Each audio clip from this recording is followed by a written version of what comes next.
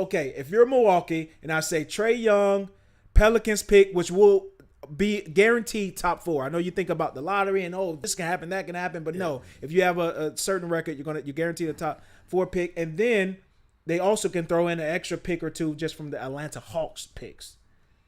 Okay, does that entice you as the Milwaukee Bucks GM?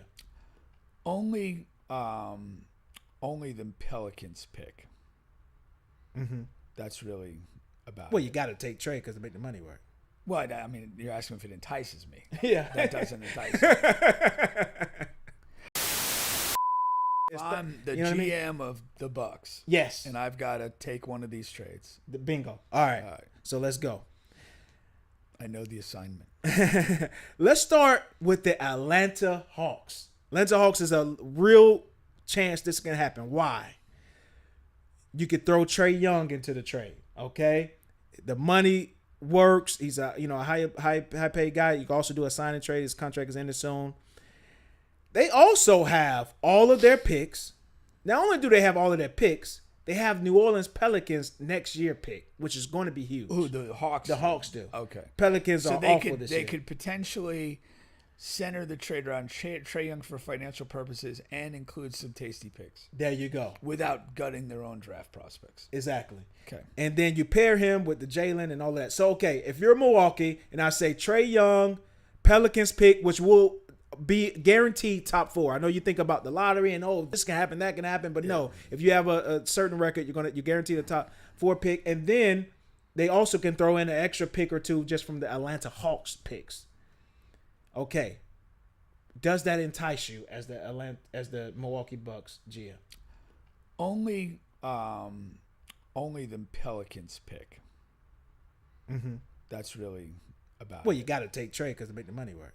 Well, I mean, you're asking if it entices me. Yeah, that doesn't entice me.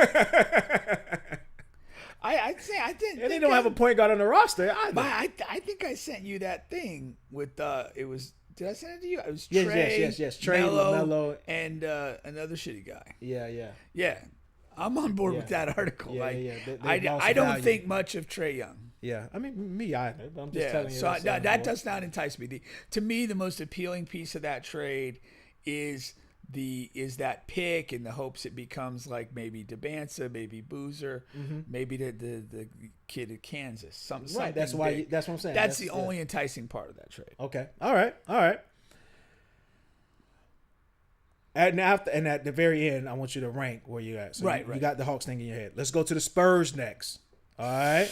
Don't fuck with my Spurs. Spurs receive Giannis.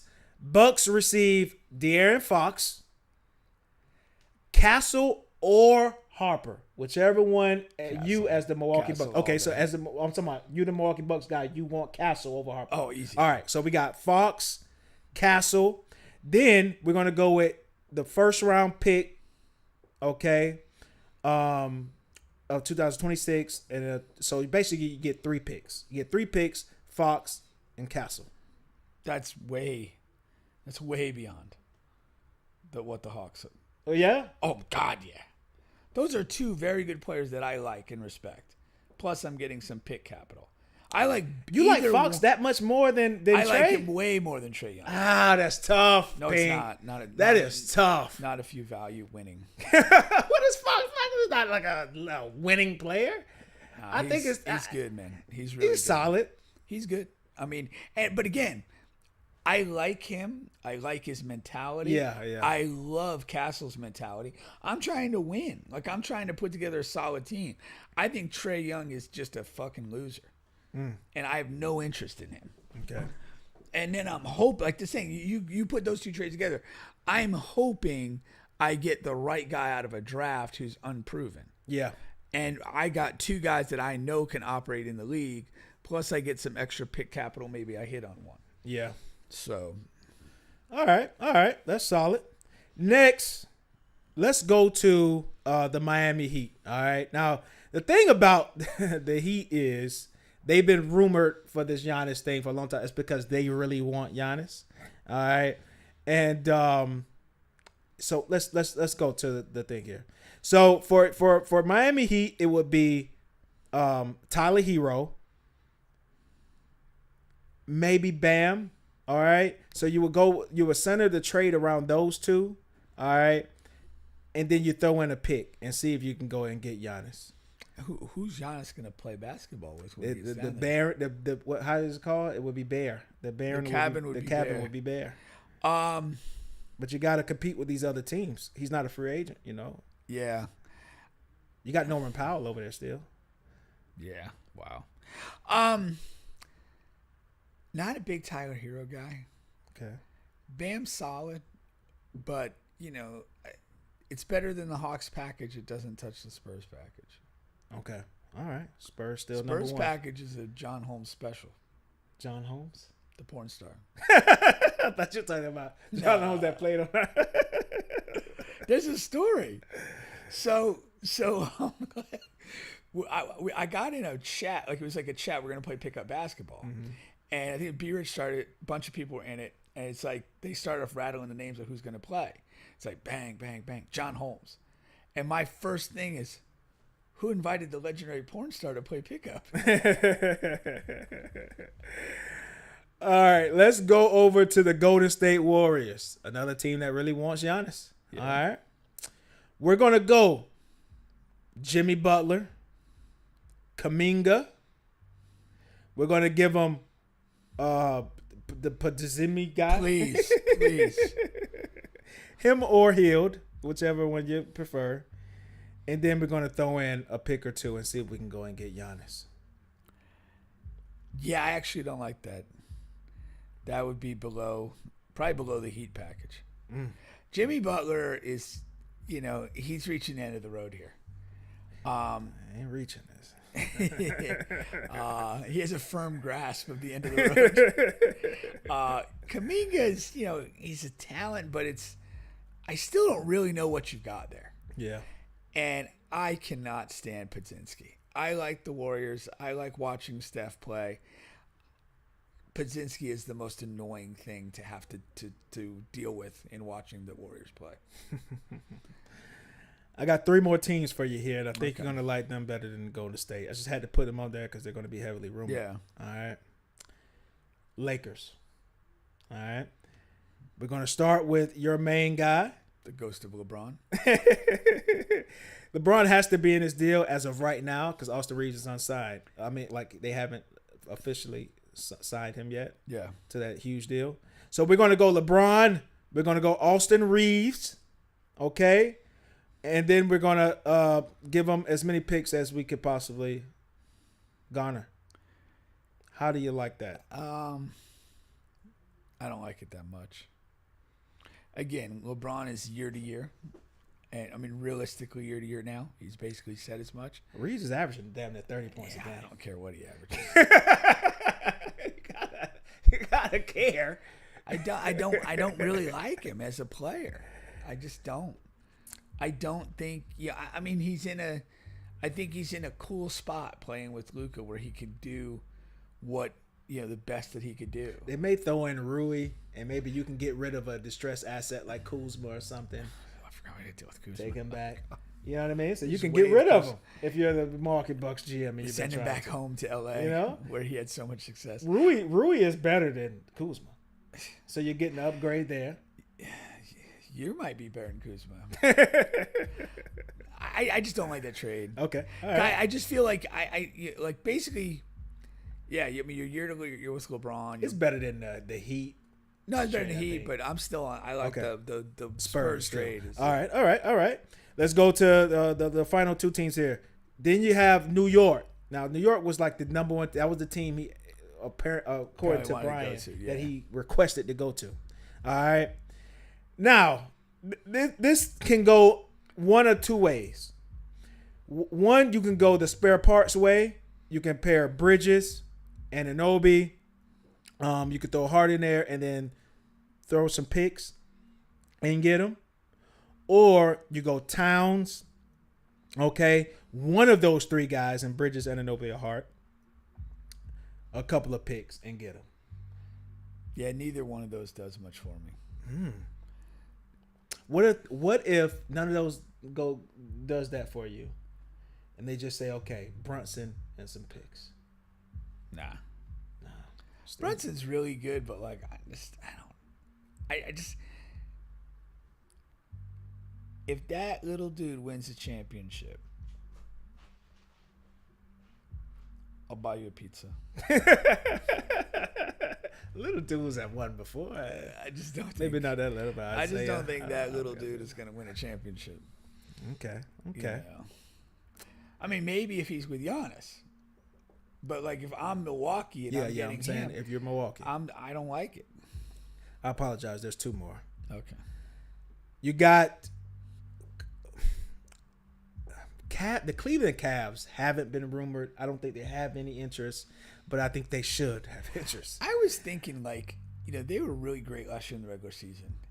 And they're not doing very well right now. Yeah. And they they made moves, they put, this together and they've got to be disappointed in their current level of performance.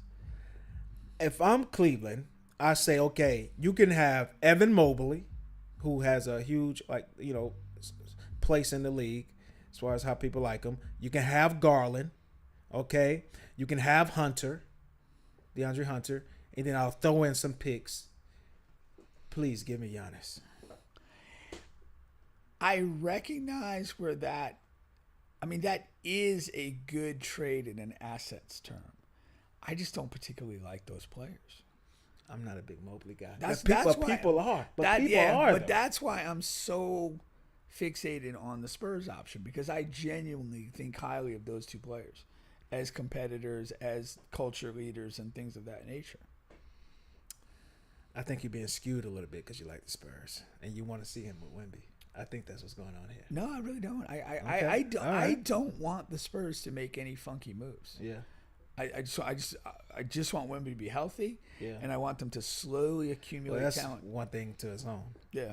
But I mean, just from a Spurs fan, I think you might jack stuff up if you make too big a move. Yeah. Last team here, I wanted to throw in here myself. Of course, they won't be in the running or anything, but like if Milwaukee were to call OKC and say, "Hey, what do you got for me?" Whatever. OKC says, "Okay, I'll give you Chet. I'll give you Aaron Wiggins, maybe Isaiah Hartenstein if you pin me to a table, and then."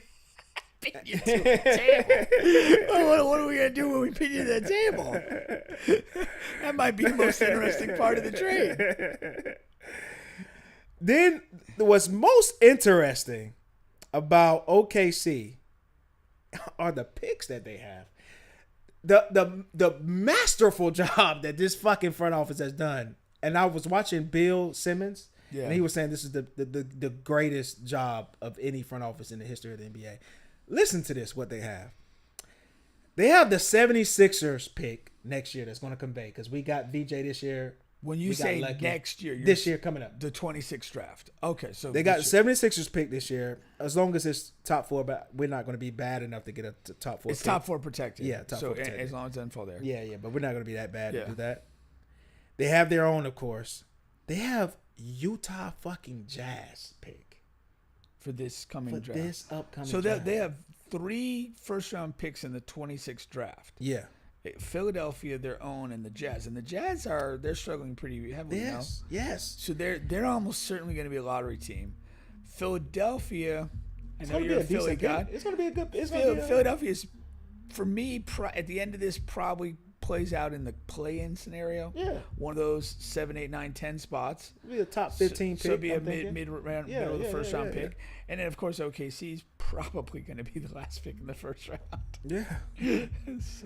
And not to mention, they can swap picks with the Clippers in 2027.